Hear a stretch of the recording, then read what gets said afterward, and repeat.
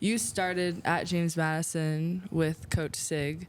Obviously, had an incredible freshman year, All-American honors. Talk about what made you decide to follow Coach Sig to IU. I'm sure it seems like it's an easy decision for you to follow him, but kind of talk about your relationship with him and the rest of the staff and what the coaches are to you.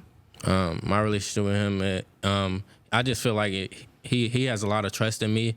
As you can see, like since playing me as a freshman, to start as a freshman, that shows a lot what a coach thinks about you. Because coach has to trust you to put you on the field. So me coming in as a freshman and him trusting me, that shows me a lot about him and what he thinks of me. So that meant a lot to me. And the fact that he recruited me out of high school, I wasn't highly recruited. I was like, I didn't get no Power 5 offers out of high school, and he trusted me and he bought me in, and like I stuck with him. That's why I stuck with him in the transfer portal. Like he recruited me out of high school, and that's the right way to go. Yeah, I love that. Now talk about your transition from James Madison to Indiana and what that looked like. Was it an easy transition for you, or what are some things that are different about IU compared to maybe other places you looked at or have been to? The transition was pretty easy. I feel like with the amount of people he brought here from JMU, like the staff, players, and stuff like that, that made it easier.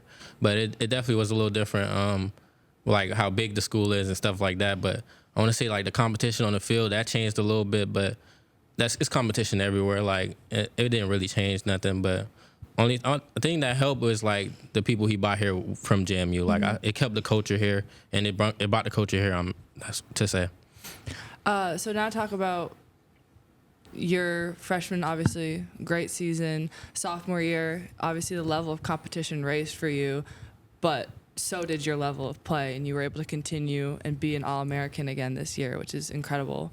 So talk about what that's like for you. Do you feel like you understand the level that you're playing at, or do you continue to stay hungry, or what does that look like for you? How do you keep that competitive drive going? I mean, I feel like for me, I'm mainly focused on just getting better, like being the best version of myself. Like I don't too much dwell on my success. Like I look back at it after the season, and I give myself a little pat on the back. But it's like I got to keep going. Like I got other ways to get better. Just find ways to get better. Like it's always room for improvement. So I never like dwell on my success or nothing like that. Like Coach Sid says, like never get too high, never get too low. I like to just keep myself slow and steady and just get there. So yeah. So let's go back to maybe high school. D'Angelo, you said no Power 5 offers. Would you have ever imagined yourself to be in the position that you are right now? You can say yes, because there are some people who are like, yeah, they believe in yourself, and that's amazing, but really to the extent of it. Yeah, it definitely was a goal of mine to get Power 5. I felt like I was one of the kids that were always overlooked. I went to a powerhouse school, like a school that had a lot of colleges coming through, but they never recruited me. So I felt like I was always overlooked. I went against the best competition. I was doing everything that I do now in high school, I feel like. And I feel like I was just overlooked because of my size. So I always felt like I had something to prove, or like, a chip on my shoulder, basically.